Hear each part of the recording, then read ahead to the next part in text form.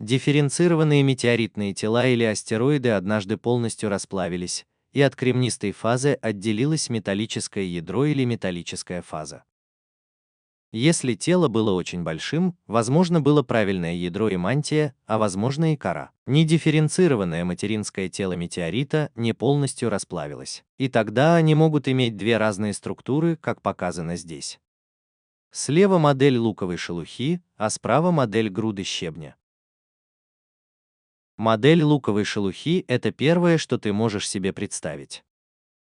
Это тоже материнское тело, которое нагревается, но не настолько сильно, чтобы расплавиться, а только для того, чтобы произошла определенная термическая метаморфоза. И это материнское тело, как и дифференцированное, становится горячим в центре, а затем становится все более прохладным к краю.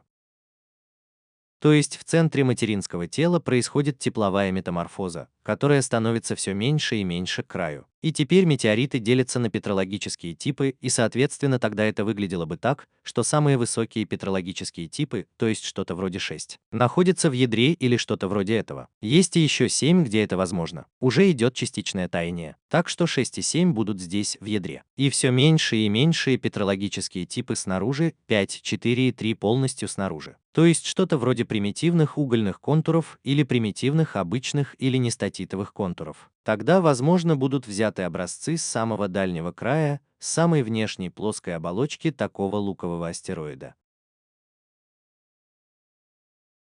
Вторая модель – это модель груды щебня, и это похоже на одно, можно представить как сплетение. И в сущности это именно то, что нужно. Так что на самом деле, возможно, были такие луковые астероиды, которые столкнулись, разбились, а затем их осколки разбили этот щебень. Образовалась куча.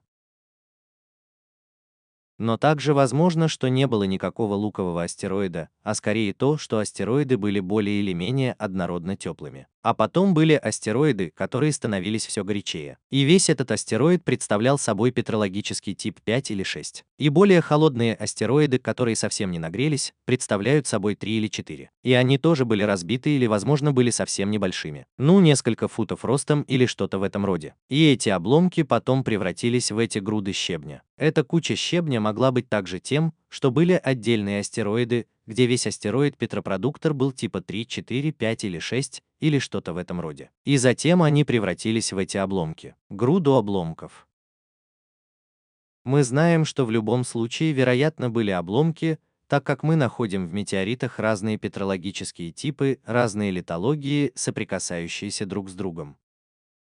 Ну, что-то вроде того, что здесь тип 4 находится прямо, так что здесь в центре тип 4 находится рядом с типом 6. Мы тоже это видим. В метеоритах. Это тоже происходит в метеоритах. Так что куча щебня безусловно была. Так что у нас есть либо луковая шелуха, либо куча щебня, либо еще одна альтернатива. У нас есть астероиды меньшего размера, которые представляют только определенный петрологический тип. Есть веские доказательства того, что существовала также модель луковой шелухи из датировок, связанных с петрологическим типом. Так что, вероятно, были оба, может быть, все три. Этот парень. И это возможное скопление недифференцированных тел метеоритов.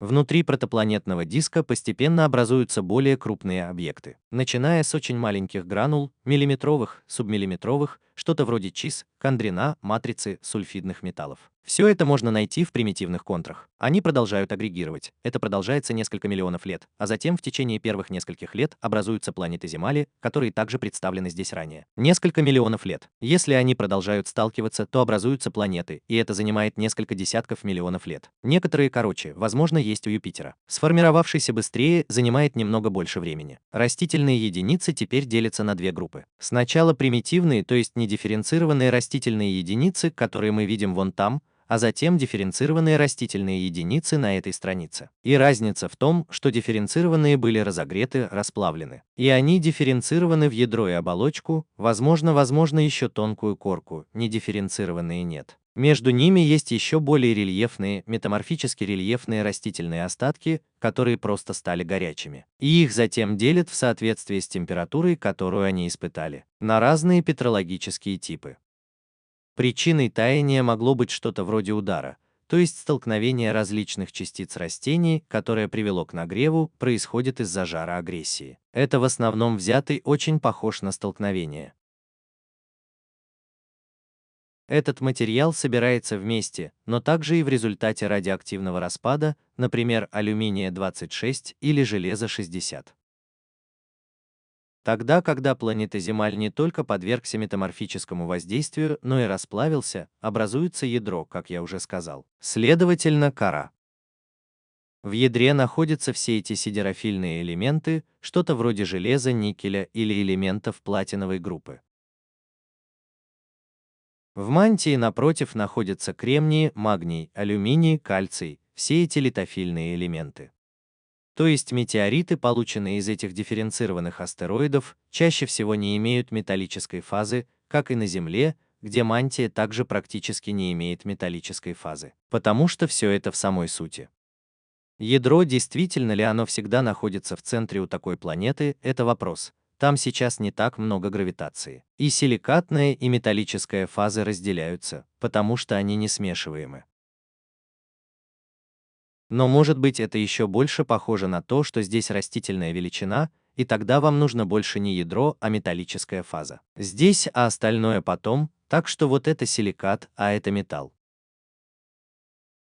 И вот там находятся все сидерофильные элементы, а вот здесь силикат. Так что это больше похоже на разделение. Два расплава, может быть их еще немного, не обязательно это всегда в ядре. Для более крупных астероидов это безусловно было бы более склонно к ядру. Для более мелких, где гравитация очень слабая, это просто больше похоже на разделение. Но в принципе это два типа астероидов, которые также используются для классификации. Когда-то не дифференцированный, когда-то дифференцированный и что-то еще между ними. Примитивный акондрит. И соответственно есть, как это раньше называли, каменные метеориты здесь из коры этих дифференцированных астероидов и железные метеориты здесь из ядра астероидов, а затем из средней области.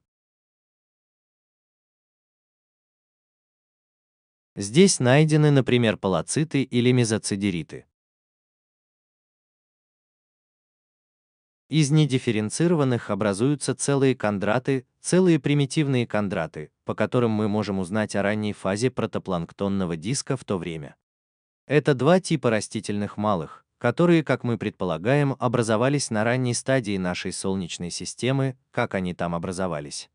Я принес сюда несколько очень маленьких метеоритов, просто чтобы показать несколько важных свойств, особенно если вы найдете их в полевых условиях. Прямо здесь, в центре, находится метеорит из пустыни Атакама, и с первого взгляда сразу видно, что он очень темный. Это очень характерно для метеоритов, потому что когда они пролетают через атмосферу, поверхность очень сильно нагревается из-за трения и начинает падать, таять. Затем снова остывает, и вы знаете это по лаве в вулкане. Она становится черной, и также обстоит дело с метеоритом, тогда как черная лава в вулкане становится черной. И также обстоит дело с метеоритом, тогда поверхность здесь черная. Теперь она здесь не совсем черная, а коричневатая. И это происходит из-за выветривания металла и железа, которые все еще находятся в метеорите. Во-вторых, эта поверхность здесь очень круглая и мягкая. Она не шероховатая, не угловатая и не угловатая. Просто из-за этого таяния в атмосфере все становится немного округлым. Дальше на поверхности видны такие маленькие трещины, которые образуются, когда эта расплавленная корка расплава начинает остывать, а затем образуются эти маленькие трещины, потому что объем холодной твердой корки меньше. Это как если бы он все еще таял. Корки расплава очень тонкие, обычно менее миллиметра. Значит, здесь когда-то был разрезан метеорит. И тогда я могу немного сдвинуть это. И тогда иногда можно увидеть, как он так блестит и отражается. И все, что там так блестит и отражается, это все еще металл, который находится внутри этого обычного контура. И это также причина того, что когда этот металл начинает ржаветь, все это становится таким коричневатым. Ну, это уже довольно выветрившийся метеорит, который, вероятно, довольно долго находился на поверхности. Это снова диск, тоже из обычного диска, где вы можете очень хорошо видеть немного другие вещи. Я могу снова немного передвинуть этот диск туда-сюда, и тогда иногда вы видите, как он так блестит. Здесь блестят такие маленькие точки, довольно много в этом футляре. Это все еще те металлы. А потом всегда есть эти круглые предметы, как, например, здесь или там или здесь. Да, те маленькие круглые точки. Здесь. На самом деле их там полно. Это все кондры. Обычные кондриты состоят в значительной степени из кондров и небольшого количества матрицы. И здесь внутри матрица больше не видна. Зато здесь очень хорошо видны некоторые более крупные контуры. И из скольких они состоят. И третий и последний – этот очень короткий и маленький турполосит. Они всегда очень красивы с эстетической точки зрения. Они сделаны из металла.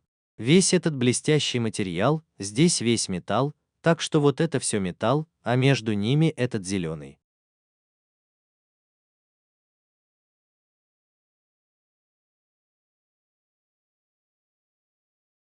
Каменный материал, который в большинстве случаев является оливинисом. И это материал, который происходит от границы мантии ядра астероидов, где затем материал мантии, кремнезем, соединяется с смешанной с ядерным материалом. Очень коротко об этом. Несколько метеоритов и их типичные характеристики. Я хочу дать здесь краткое представление о том, как выглядят метеориты, когда мы их разрезаем, или частично немного снаружи. И я начну здесь с кондратов. Кондраты происходят из недифференцированных материнских тел, из примитивных материнских тел. То есть они содержат компоненты, которые образовались в протопланетарном диске и затем только что были объединены в материнские тела. Давай посмотрим на это. В этих обычных контурах мы можем видеть очень много точек, немного более светлых, темно-серых точек. И это в сущности почти все контуры. Потому что обычные контуры на 80% состоят из контуров по объему. Это крупный снимок точно такого же метеорита. Мы видим вот эти круглые штуки, это все кондры, или эти более крупные, а также вот этот фрагмент, это, вероятно, фрагмент кондры. То есть все эти круглые штуки, вот и все. Эти кондры. Между этими кондрами находится тонкая матрица королей. Конечно, здесь это немного сложнее увидеть, но это также больше связано с тем, как это выглядит само по себе. Тогда, конечно, есть еще более редкие компоненты, которые здесь встречаются не так часто. Как я уже сказал, все дело в том, как они обычно выглядят. Это еще два примера. Опять же, из обычных людей. Ты можешь видеть и здесь, что ты всегда видишь эти маленькие точки, все эти контуры.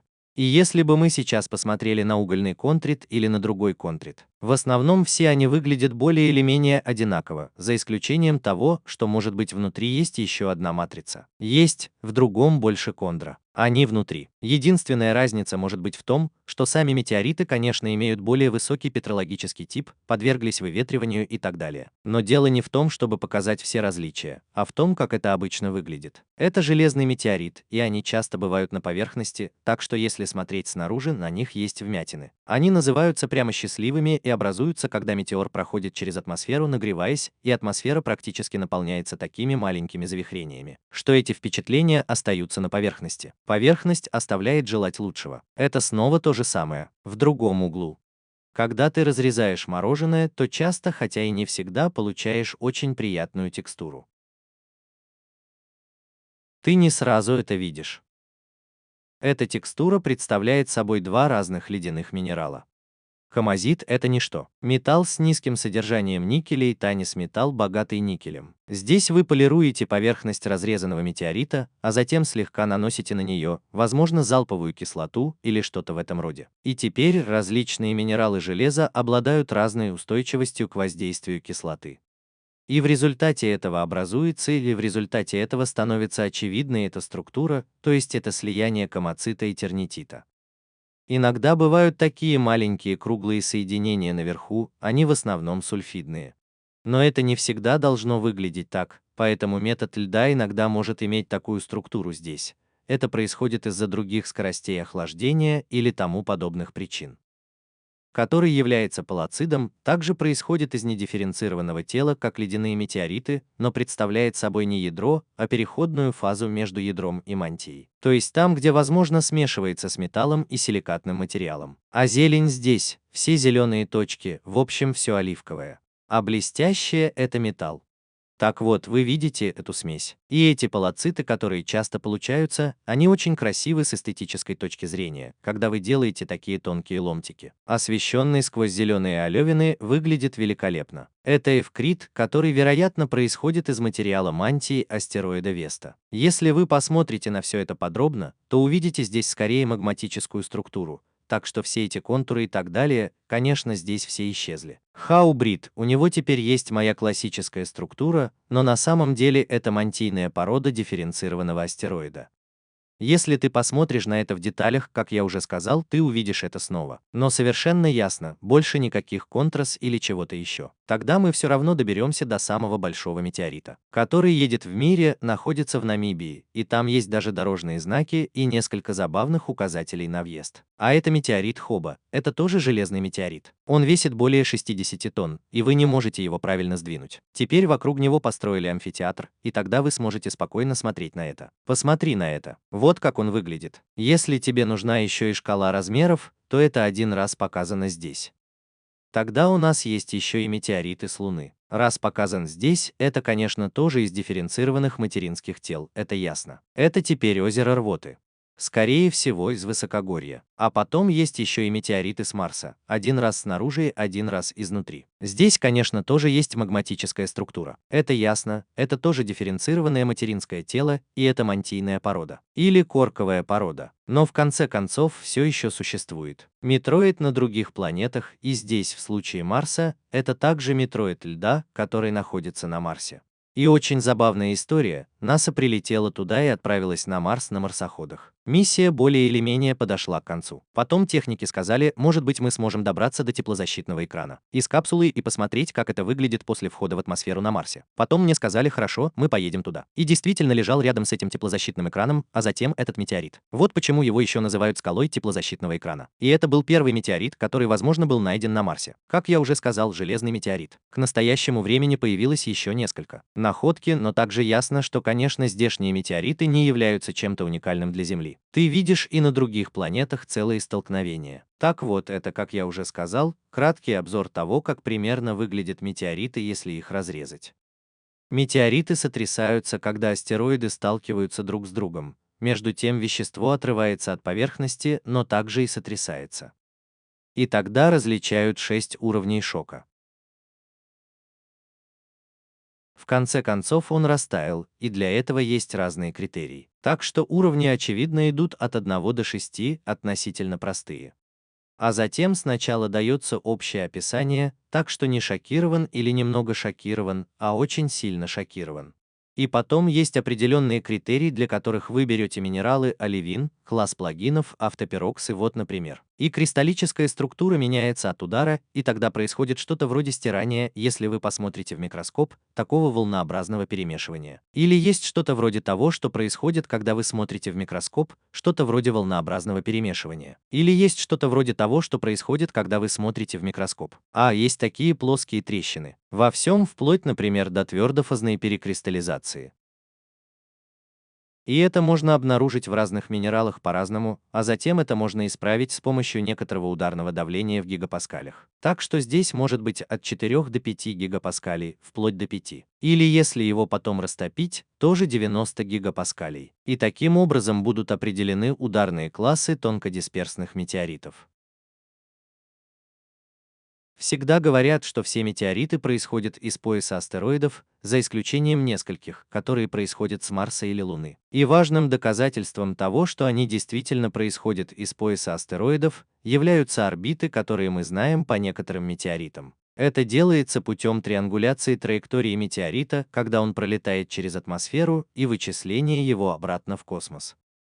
И затем мы выходим на орбиту этого метеорита. И это то, что однажды показано здесь, в этом сюжете. На оси Х здесь нанесено расстояние в астрономических единицах от Солнца. Так что мы смотрим на нашу Солнечную систему сверху. Это означает, что в центре всего этого у нас здесь есть Солнце, а затем наружу выходят планеты. Меркурий, он сейчас не изображен здесь. Затем Венера, затем Земля, затем Марс и, наконец, Юпитер снаружи. И все эти маленькие синие точки между ними – это астероиды. На самом деле это скопление астероидов, которые образуют пояс астероидов. И вот здесь нарисованы орбиты этих 5 обычных кондритов, которые у нас есть. Раз здесь Припрам, то здесь есть Инисфри, Тайла, Фармингтон и Затерянный город. Все это обычные кондриты, которые образуют самую большую группу метеоритов.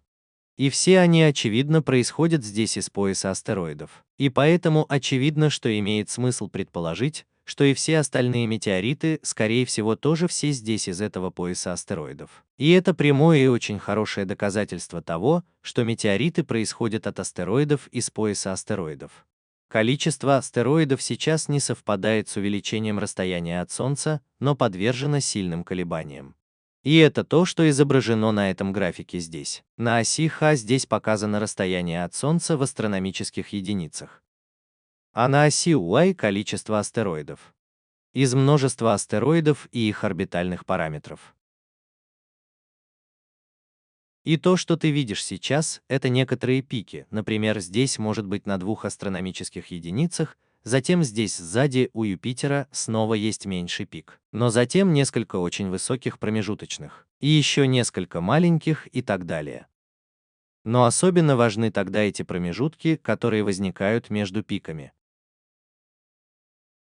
И эти промежутки находятся не где-то, а в очень специфических местах. А именно в так называемых резонансах. Что-то вроде соотношения 1 к 2. Что это значит сейчас? Это означает, что за то время, пока Юпитер вращается вокруг Солнца один раз, астероид обращается вокруг Солнца дважды. И затем они, их кратчайшее расстояние, снова встречаются в том же месте. И есть не только резонанс 1 к 2, но и, возможно, резонанс 3 к 4, то есть Юпитер трижды обращается вокруг Солнца, астероид 4 раза обращается вокруг Солнца. Или 1 к 3. Итак, Юпитер 1 раз, астероид 3 раза и так далее. Так что эти цифры, представленные здесь, это все разные резонансы, и в таких резонансах всегда есть пробелы. Что это значит сейчас и как эти резонансы приводят к упомянутым пробелам?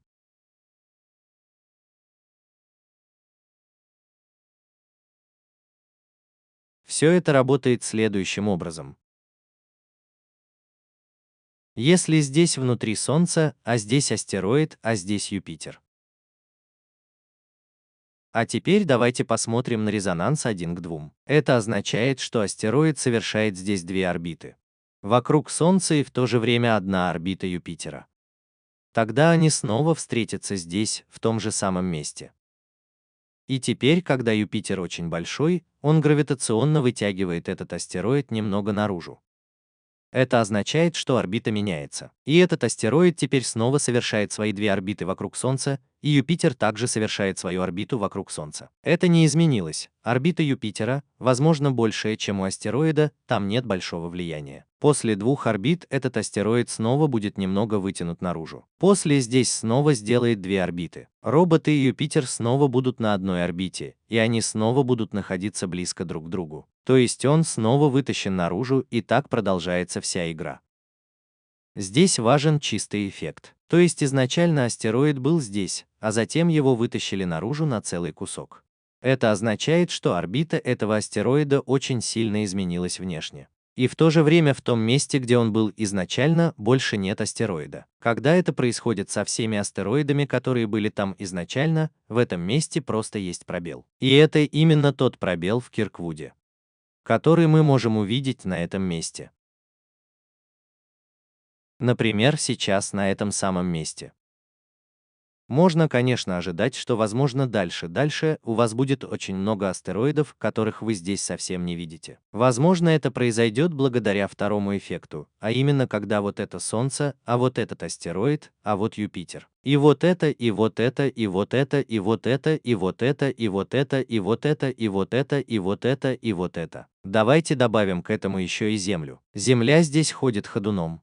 И этот астероид, который сейчас движется сюда все дальше и дальше, в результате чего получается его первоначальная орбита. И когда он окажется дальше, он получит гораздо более эллиптическую орбиту, как, например, здесь. Вот так он выглядит, и если он переместится еще дальше, он, возможно, получит орбиту. который затем пересекает орбиту Земли, потому что она такая эллиптическая. Или несколько других астероидов, вот и все астероиды, пересекающие астероиды. И что тогда может произойти? Например, астероид сталкивается с другим астероидом, а затем есть астероид побольше, который, конечно, также может немного изменить свою траекторию в результате столкновения, но это Астрид. Он ушел из внешней Солнечной системы. Или Астрид может столкнуться с Землей, если она окажется в то время в том месте, и у нас произойдет падение метеорита. Так вот, это тоже один из механизмов, как метеориты могут быть доставлены на Землю. Возможно, маленький метеорит, но может быть и астероид размером 10 километров, который затем упадет на полуостров Юкатан и, возможно, вызовет там массовое вымирание. Возможно, даже вместе с динозаврами. Но это все похоже на кирквудские пробелы. Работа и механизм, лежащий в основе того, как они возникают. Прежде чем метеорит упадет на Землю, путешествует по Солнечной системе от своего материнского тела к Земле. Во время этого путешествия ты тоже не называешь его метеоритом, ты делаешь это только после того, как он приземлился на Земле. Есть, но это метеороид. А материнское тело чаще всего астероид, но это может быть и Луна или, например, Марс. Эти метеороиды затем отталкиваются от поверхности материнского тела в результате столкновения с другим астероидом или, возможно, удара о Луну или Марс. Теперь некоторые из этих камней, конечно, происходят из более глубоких слоев, может быть в нескольких метрах, например, от астероида. И эти камни на астероиде, которые лежат глубже, изначально защищены от космических лучей. Когда их затем выбрасывают и отправляют на Землю, эти камни, эти метеориты подвергаются воздействию космических лучей. И они производят различные изотопы в метеороидах, например, радиоактивные изотопы, и их можно использовать впоследствии. Чтобы рассчитать возраст или время в пути, которое метеорит прошел от материнского тела до Земли. И это время в пути также называется возрастом облучения, или по-английски возраст воздействия космических лучей. И поэтому его также сокращенно называют воздействием космических лучей. Крёй-возраст. Поэтому крёй-возраст или возраст облучения – это одно и то же. И эти крёй-возрасты, эти возрасты облучения показаны здесь один раз. На осях X этих графиков эти возрасты облучения, а на осях Y – количество метеоритов с одинаковым возрастом облучения. Сейчас здесь есть три графика, которые показывают когда-то H-кондриты, LL и HET-метеориты. Это все каменные метеориты. И все они имеют одинаковое масштабирование по оси 8. На четвертой диаграмме все еще изображен железный метеорит. И у них теперь масштабирование по оси до 1500 миллионов лет, то есть 1,5 миллиарда лет. И это первая очень большая разница, которую вы можете заметить здесь. Каменные метеориты, похоже, имеют значительно меньший возраст, чем железные. Сейчас так сложилось, что во время путешествия метеороиды могут сталкиваться с другими мелкими объектами, подверженными воздействию солнечного ветра. Находятся и так далее. И все эти процессы приводят к тому, что метеориты становятся меньше. Столкновения отбивают куски. Все это подпадает под понятие космического выветривания или космического выветривания. Или космос, космическое выветривание. И каменные метеориты, которые затем интерпретируются, имеют некоторый интуитивный смысл. Являются этим космическим выветриванием или легче разрушаются при этом космическом выветривании, чем железные метеориты. И поэтому именно железные метеориты могут иметь гораздо более высокий радиационный возраст, чем каменные метеориты. И это первое, что можно интерпретировать, исходя из этого. Теперь ты можешь заняться чем-нибудь другим. Вот спрятанные метеориты. Это Хауэрдит, Эвкрит и Диогенит. Все они, как полагают, происходят с астероида Веста из-за спектров отражения от метеорита и от астероида Веста.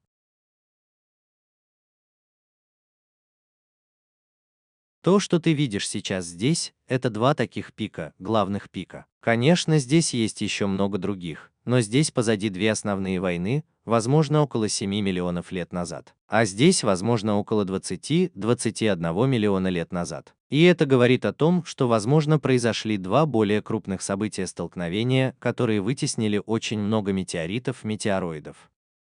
Свесты, которые затем прибыли на Землю по сходным траекториям и приземлились на Земле более или менее в одно и то же время.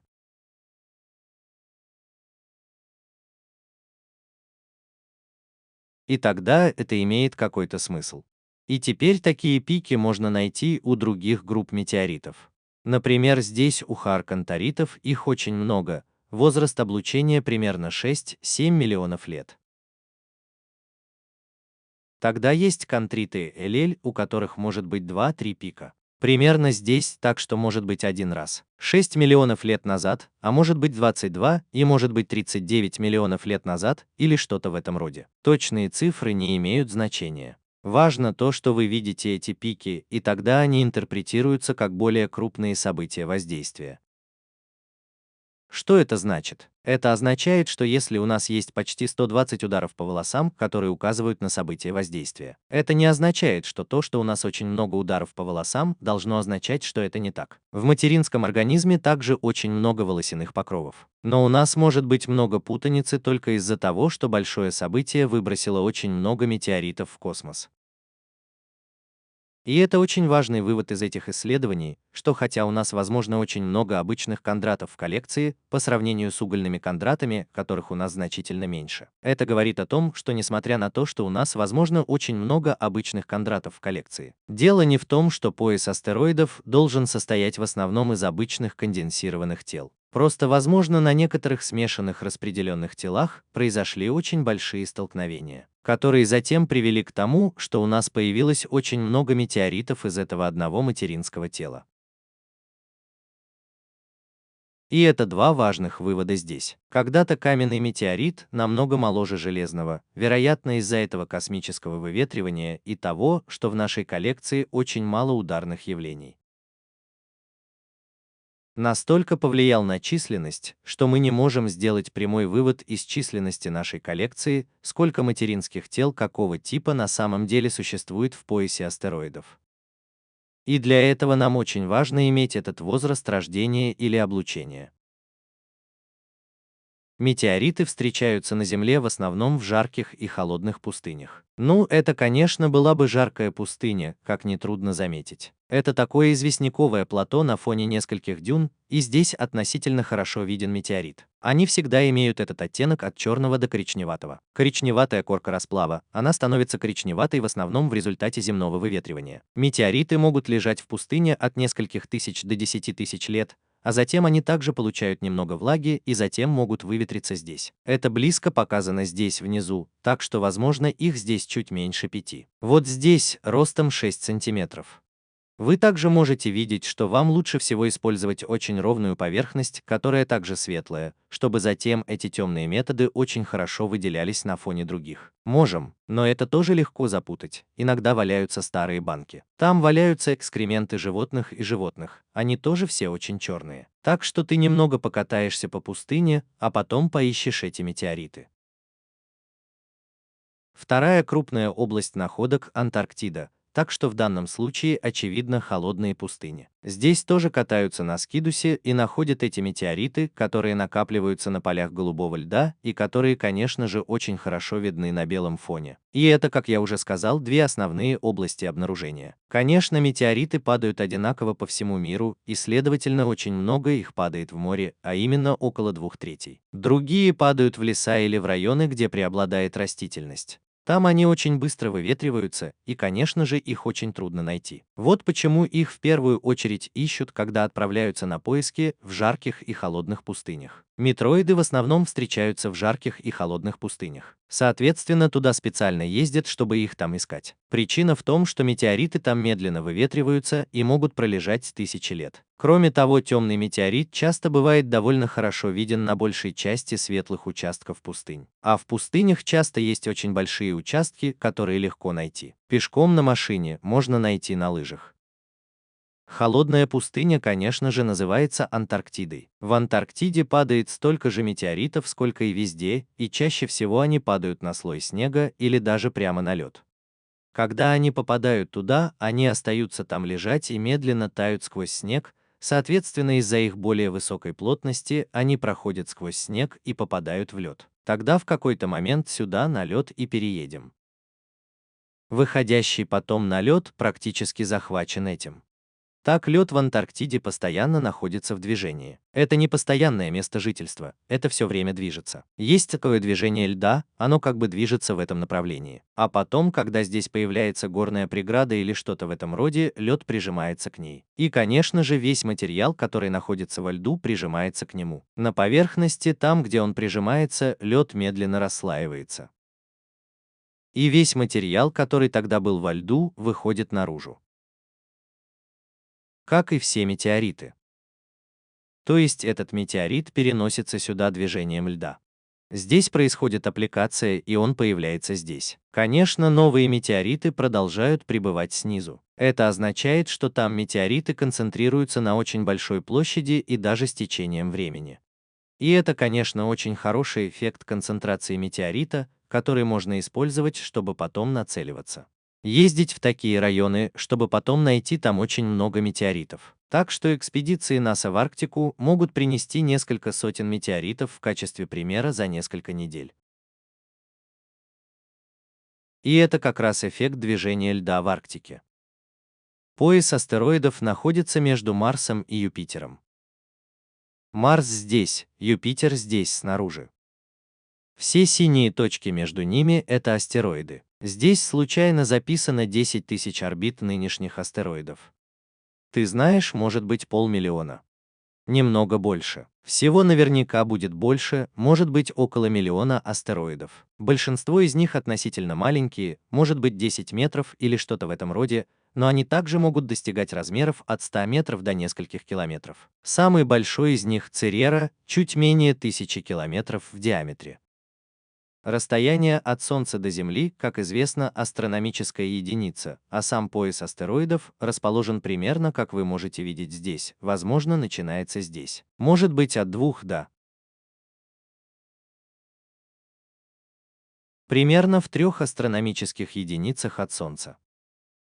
Все это может продолжаться до тех пор, пока не закончится. До 4 астрономических единиц, возможно, начинается дальше внутрь. Это приблизительная оценка. Кроме того, астероиды есть по всей Солнечной системе, их не так много, как в поясе астероидов. Но на орбите Юпитера вы можете видеть, что астероиды есть повсюду.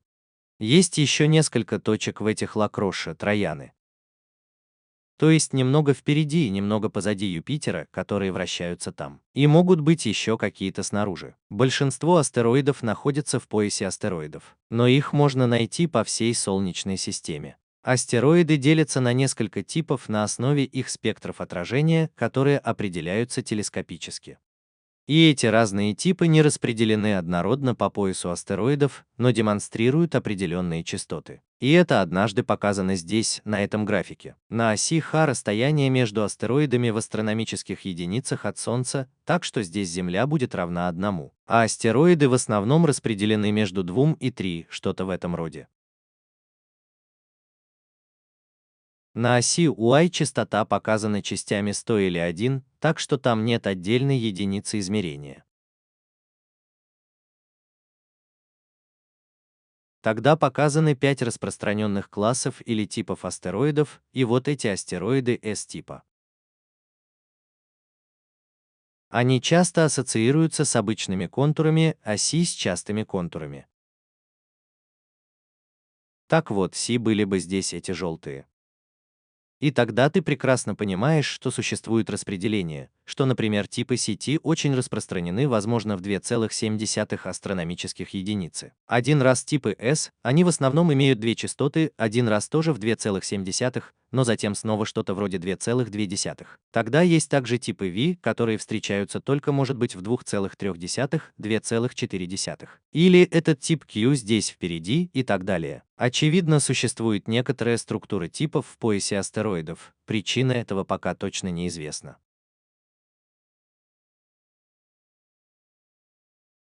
В любом случае они у нас есть, и важно знать, что есть те, которые нужно объяснить.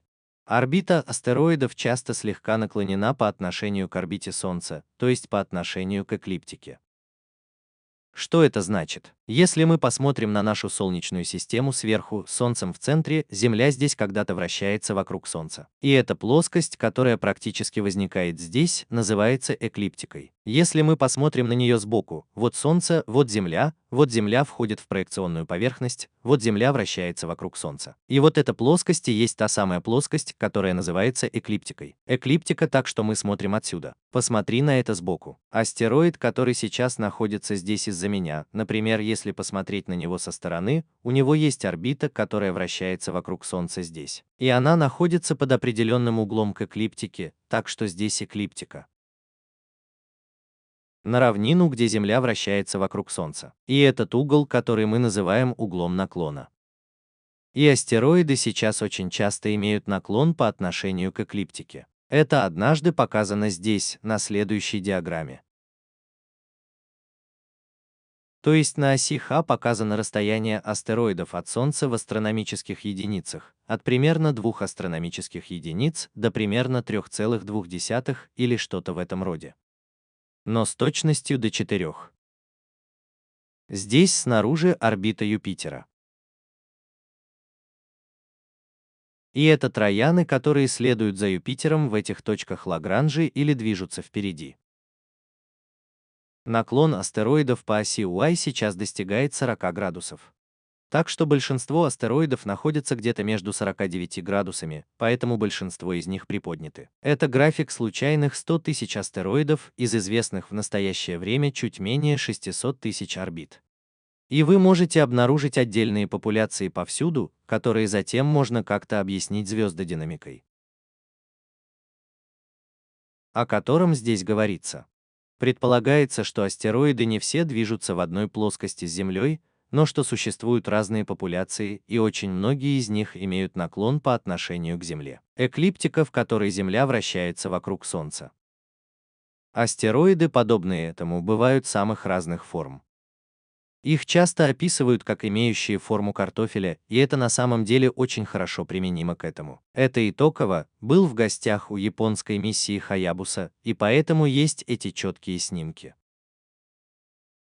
Но не стоит этого скрывать, это очень маленький астероид. Вы видите это там внизу, он имеет высоту всего 320 метров. Хотя, конечно, вы не можете сказать это точно из-за формы. Поверхности астероидов также часто бывают очень разными. На них могут быть кратеры или, как здесь, более крупные куски породы, более мелкие куски породы. Иногда что-то очень плоское, похожее на равнину, возможно, это выброс материала, который что-то покрыл. Определенно эти астероиды, кажется, являются свидетельством того, что столкновения происходят снова и снова. Они не обязательно должны быть сильными, они могут быть сильными и вызывать образование кратеров. Но также может случиться так, что материал просто медленно летит навстречу друг другу, а затем прилипает друг к другу или просто слипается. Ты не должен забывать, что все астероиды движутся в одном направлении вокруг Солнца. Это означает, что дело не в том, что они нападают друг на друга, потому что они противоположны, и тогда все становится жестоким, а в том, что они бегут вместе. Больше похоже на шоссе, а потом происходят более мелкие столкновения, хотя, конечно, на шоссе все происходит иначе, чем здесь. Другой пример Гаспра, он сейчас больше, примерно 12 километров. Ты снова можешь хорошо разглядеть эту картофелеобразную форму здесь. Теперь ты видишь на ней гораздо больше кратеров. Если бы у тебя сейчас были снимки с высоким разрешением, возможно, и здесь все выглядело бы по-другому. Теперь это моя подборка разных астероидов. Вот этот большой, с 4 погодными условиями. Например, считается, что Хэт, метеориты, хаватиты, эвкриты и Диоген происходят из Весты, потому что у них похожие спектры отражения. Ты тоже видишь разные кратеры на Весте. Здесь внизу ты можешь увидеть очень большой кратер, так что вся нижняя часть, возможно, практически представляет собой кратер с такой, например, центральной горой. И при этом еще очень много других метрик. Гаспар тоже там, у вас есть определенное сравнение размеров. Так что здесь Веста с 50 километрами уже намного больше. И Токово совсем рядом. Его уже совсем не видно, на нем только стрелка, но и только. Находящийся на расстоянии 320 метров, конечно, трудно разглядеть. Это самый большой астероид. Он сейчас тоже круглый. Веста тоже была почти круглой, но он такой большой, что может быть и круглым. Церера около 950 километров. То есть самый большой астероид еще не достиг даже 1000 километров в диаметре. На нем тоже можно обнаружить несколько очень хороших кратеров. Есть также эти белые пятна, которые вы можете видеть на левой картинке. Возможно, это какие-то воды после удара, которые поднимаются вверх, испаряются, а затем остаются там вместе, которые и образуют вот эти белые пятна. Есть также очень необычные астероиды, такие как этот, Клеопатра. Его еще называют астероидом с собачьей костью, очень большой, 120 километров, так что сравнительно большой. Здесь предполагается, что это было относительно сильное столкновение, и они находятся вместе. Затем два астероида снова попытались разойтись, что не совсем получилось, а затем образовалась эта очень необычная форма. Конечно, они встречаются реже, чем другие. И, наконец, может случиться так, что у некоторых астероидов действительно есть Луна, как вы видите здесь. И дактиль, Ида примерно в 20 километрах, и дактиль, возможно, в километре, но это нестабильные конфигурации. Так что может случиться, что астероид захватит Луну, которая некоторое время будет вращаться вокруг нее, но не очень стабильно, и в какой-то момент она снова улетит. Возможно, это просто стабильно в течение более длительного периода времени. Так что примерно так выглядят все астероиды. В основном в форме картофеля. Если они большие, они могут быть круглыми, иногда необычными, могут иметь луны, поверхность которых очень часто покрыта кратерами. Если присмотреться, как, например, в случае с Итукавой, вы также увидите, что там очень много кусков, так что это действительно самая большая часть. Это своего рода конгломерат, и это может быть совокупность очень многих, даже более мелких фрагментов. По крайней мере, на первый взгляд. И примерно так выглядят астероиды. Астероиды можно классифицировать и классифицировать на основе их спектров отражения. И это показано на этой диаграмме. Здесь на оси X нанесена длина волны в микрометрах, а на оси Y альбедо, то есть отражение того, сколько света отражается от поверхности астероида. Здесь речь идет о чем-то вроде 0,0, от 4 до почти половины, так что это уже действительно много, что отражается и тогда. И то, что нанесено здесь, то есть спектры отражения астероидов, это отдельные точки здесь. То есть вот, например, Церера, и все эти отдельные точки здесь, это спектры отражения. Это спектр отражения Цереры. Или из 33 Эроса, все эти вот отдельные измерения отражения от этого астероида. То, что можно сделать сейчас, и что очень приятно, теперь можно получить спектр отражения от метеорита в лаборатории. Например, вот этот спектр отражения от CM углеродистых контритов. Или вот этот спектр отражения от L4 обычных контритов.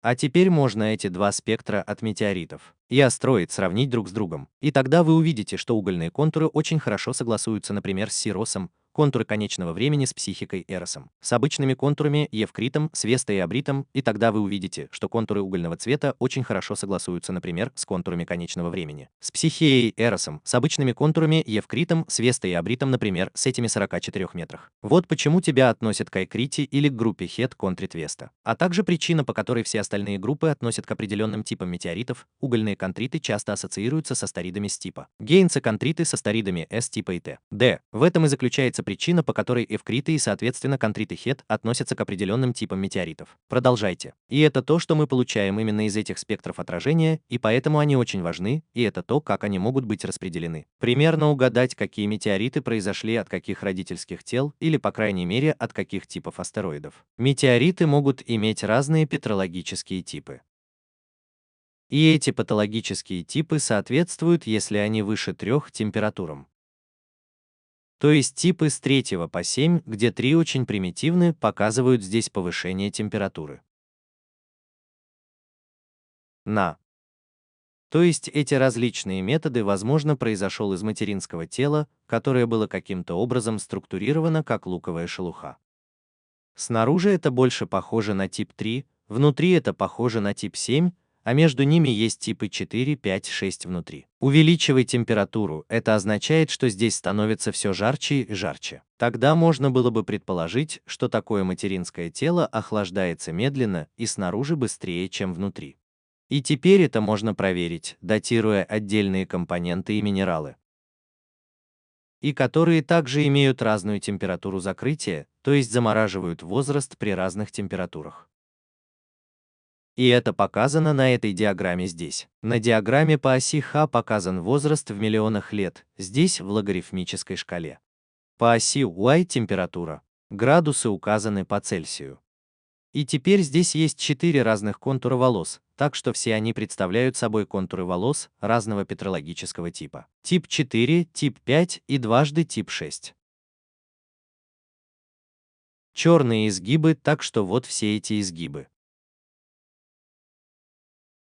Теперь это кривые, рассчитанные для астероида диаметром 100 км, который нагревается из-за распада алюминия-26, а затем остывает.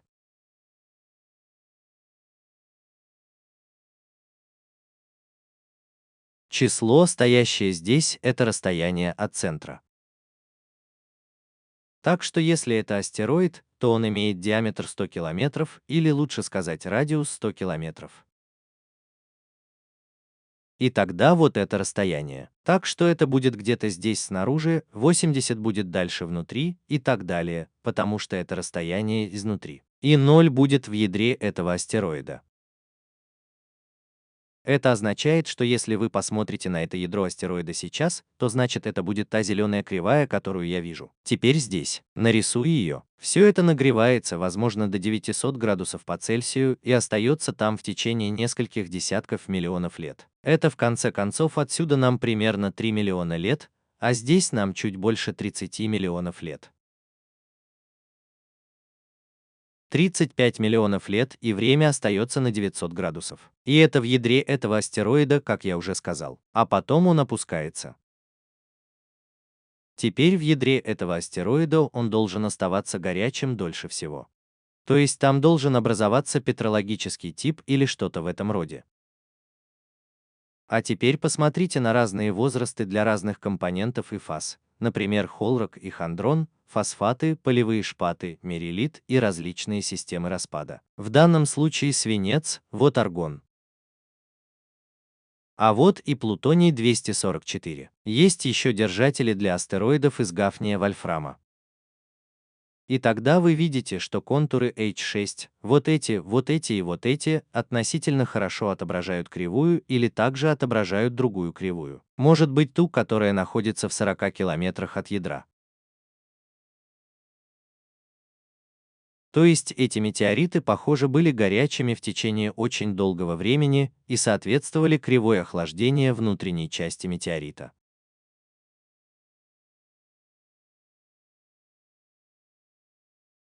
Если посмотреть, например, на H5, я делаю это в таком очень шикарном фиолетовом тоне, то эти H5 падают примерно на 80-ю. В километрах от ядра, то есть намного дальше, что также приводит к разрыву снарядов. Модель подходит. Так вот, вот эти четырехугольники, вот эти квадратики. И, наконец, я обрисовываю это красным цветом, эти H4 апс, эту кривую. Следуй, это те перевернутые треугольники, которые находятся на 93 километрах, очень далеко на поверхности, и только слабо или относительно слабо связаны с проектом остановки. Это означает, что здесь очевидно действительно видно, так что красные, которые были бы здесь снаружи, эти фиолетовые цвета, которые были бы еще здесь. И это. Зеленые, они будут здесь в центре, а зеленые это H6, эти фиолетовые цвета здесь это H5, а красные это то, что здесь внутри. И это то, что здесь, и это то, что здесь, и это то, что здесь, и это то, что здесь, и это то, что здесь, это H4. То есть вы действительно можете видеть, что это N-контритное материнское тело, по-видимому, имеет структуру луковой шелухи. Кроме того, конечно, вы также можете видеть, как долго длится такое охлаждение. Если начать с пары миллионов лет, то получится примерно вот это, или может быть 2-3 миллиона лет. а потом получится более 100 миллионов лет. Значит, пока такое материнское тело полностью не остыло, уже может что-то делать. Например, продержится от 100 до 200 миллионов лет. Конечно, это зависит от того, насколько он большой. В данном случае было подсчитано 100 километров, и другие параметры имеют значение, но это по крайней мере величина. Это все равно, что примерно охладить тело матери. Железо и никель являются двумя наиболее распространенными сидерофильными элементами. Железо также является одним из наиболее распространенных элементов наряду с магнием, кремнием, но также и кислородом. Железо сейчас встречается чуть более чем на порядок чаще, чем никель. Точнее, в 15-16 раз чаще, но если мы вспомним чуть более чем на порядок, этого уже достаточно. И это также объясняет, почему металлы, которые вы найдете в примитивных контритах, но также и в железных контритах, которые таким образом являются ядрами астероидов, содержит железо чуть больше, чем имеет 90% веса, 93-94% веса, а остальное потом. Конечно, там есть микроэлементы и еще много других элементов. Это означает, что если мы сейчас посмотрим на фазовые минералы в металлах примитивных пород или ледяных метеоритах, то очень полезно посмотреть на фазовую диаграмму железа-никеля. Вот здесь с одной стороны никель, а с другой железо. Как я уже сказал, сейчас железо встречается чуть больше, чем на порядок, чаще, чем никель. То есть область, которая нас интересует, находится, если мы посмотрим на ось Х, примерно здесь. Это означает, что если мы установим здесь точку Y, у нас будет температура, если у нас есть состав, который находится примерно здесь наверху, и мы начнем с 1 тает. Чего и следовало ожидать, если взять ядро астероида. Посмотри, он тоже когда-то растаял. Должно быть, стал каким-то другим. Или в кондрене есть металлы, которые, конечно, тоже были расплавлены, потому что температура плавления металлов в целом немного ниже, чем у силикатов. То есть все было расплавлено, тогда где-то здесь вы встретите ликвидус. Здесь наверху все расплавлено, здесь вы встретите ликвидус, он очень узкий. То есть вы фактически более или менее мгновенно находитесь здесь, в поле твердой фазы, и это смешанный кристалл. Смешанный кристалл сделан из гамма-железа. Это богатая железом сторона смешанного кристалла и гамма-никеля.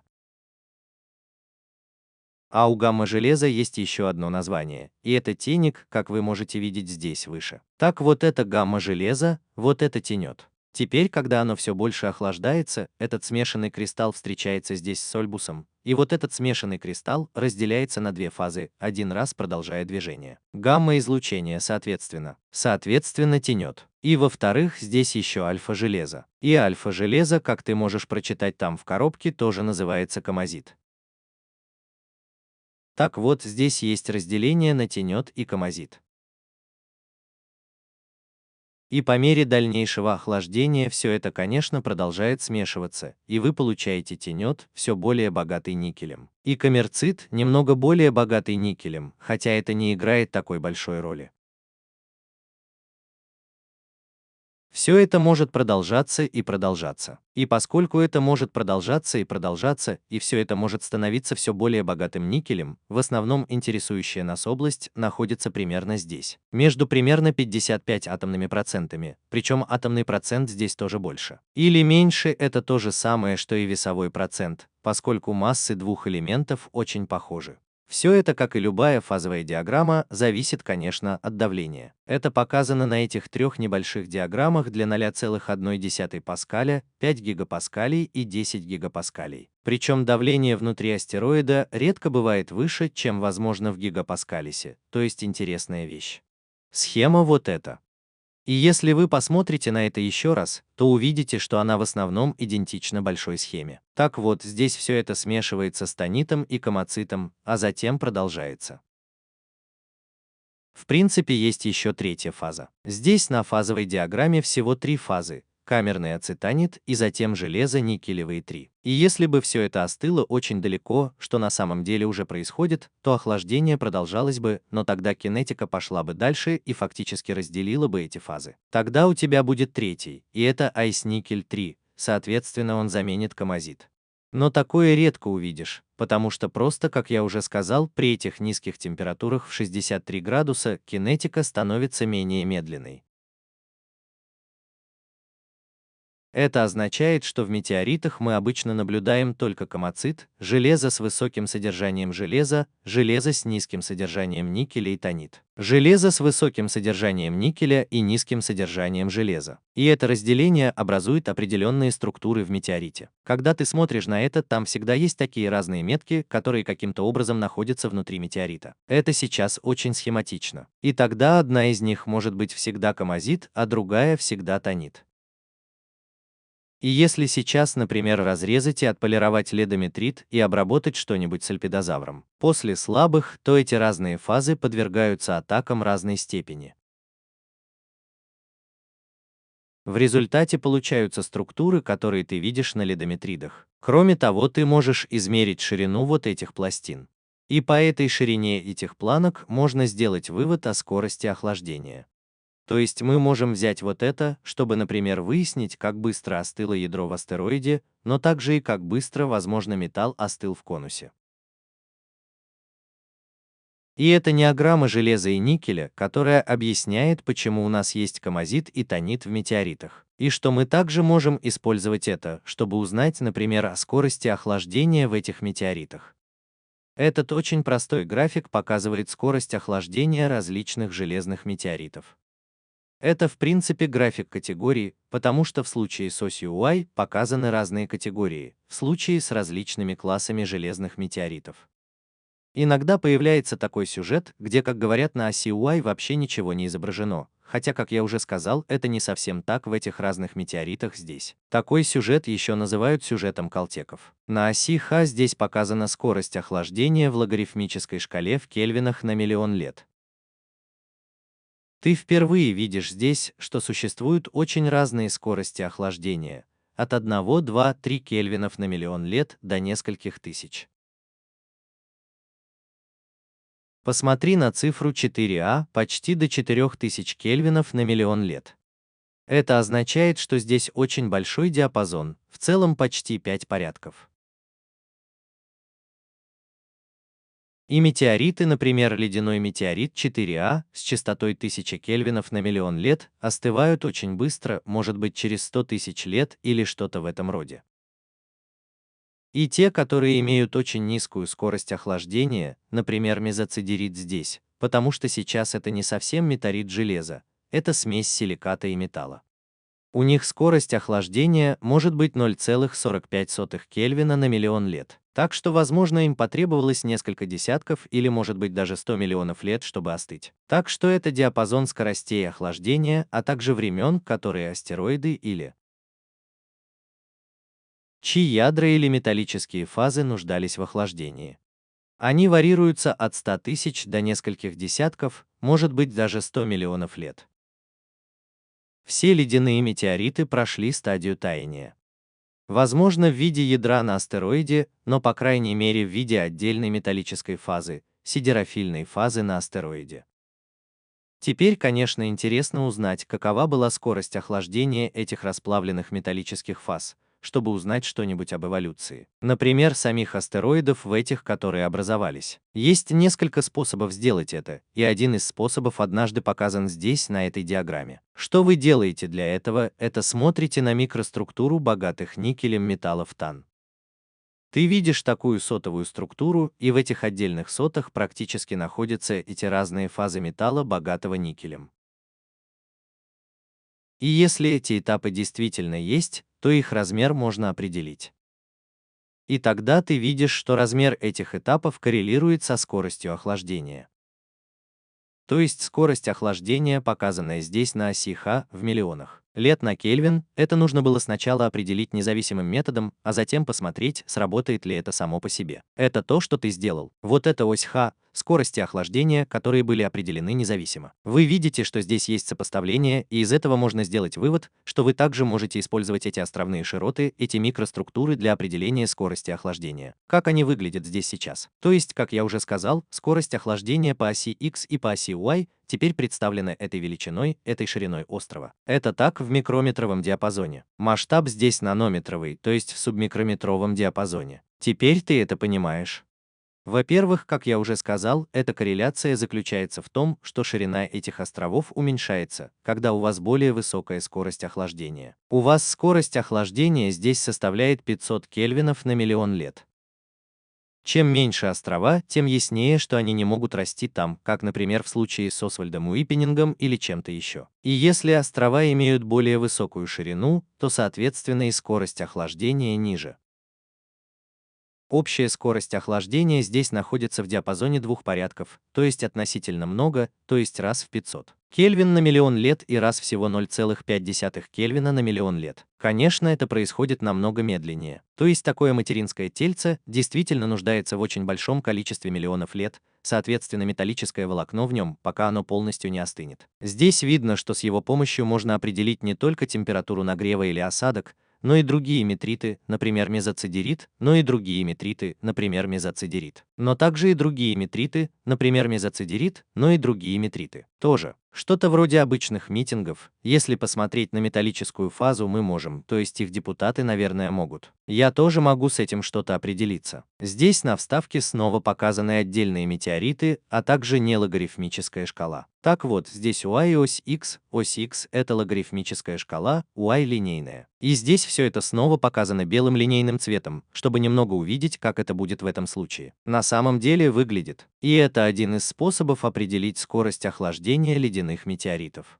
Конечно, это также диаграмма, на которой можно посмотреть, какие скорости охлаждения на самом деле испытывали такие ледяные метеориты. И там вы видите что-то между 0,5 и 500 кельвинами на миллион лет.